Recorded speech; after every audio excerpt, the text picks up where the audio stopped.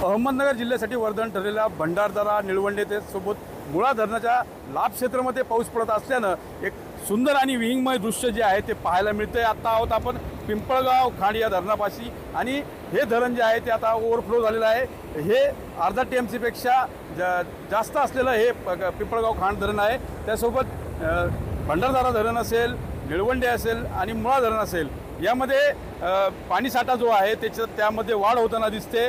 गेल्या 8 ते 10 दिवसापासून पावसाची संततधार तर कधी कधी धो पाऊस पडत असल्यामुळे या धरणांमध्ये जलसाठा जो आहे तो वाढत आहे। गेल्या 2 वर्षापासून पावसाचं प्रमाण जे आहे ते अत्यल्प राहिलेलं आणि धरण भरण्यासाठी देखील मागच्या वेळी तेवढा पाऊस झालेला नव्हता। मात्र यावेळेस एक सुखद चित्र जे आहे आता पाहायला मिळतंय।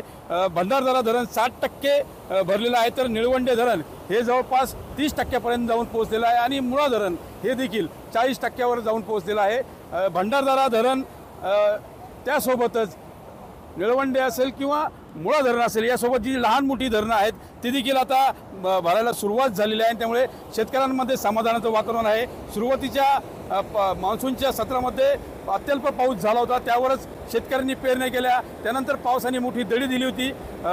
एकीकडे पाणलोट क्षेत्रात पाऊस पडतोय तर दुसरीकडे लाभ क्षेत्रात पावसाचं प्रमाण अल्प आहे आणि त्यामुळे पिकं जगवणार कशी असा देखील एक प्रश्न जो आहे तो शेतकऱ्यांपुढे आहे। मात्र एक समाधानाचं चित्र जे आहे ते धरण अहमदनगर जिल्ह्यातलं भरत असल्यानं आपल्याला पाहायला मिळतंय। जो नगर असेल, नाशिक असेल, त्यासोबत मराठवाडा असेल, जो संघर्ष नेहमी पाण्यावरून होतो तो कमी होण्यास देखील मदत होणार आहे। मनोज गाडेकर, TV9 मराठी, कोथरूड, अहमदनगर।